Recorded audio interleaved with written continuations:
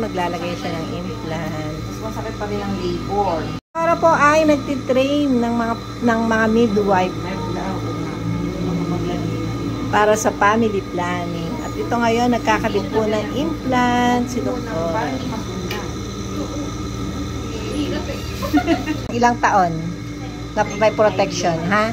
3 years.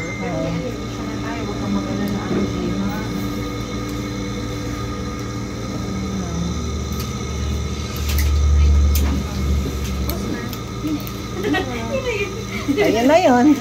Tapos na yun. Kasi syempre may punctured wound. Ayun na yun. Yan na yun. Baka pa ako sa... Okay. Yun na daw yun. Walang kasakit-sakit, diba? O mga mamshi, wala man lang kasakit-sakit. Wala nga naramdaman si mamshi. Bigay niyo yung tape, Doktor. Oo. From time to time, kapain mo siya. Dapat po nandiyan lang siya. Hindi naman yung gagalaw. Ano ba ito magkakaregla ko? Minsan may ang epekto is hindi nire-regla, yung iba naman nire-regla, kaya nga depende yan sa reaction ng katawan. No.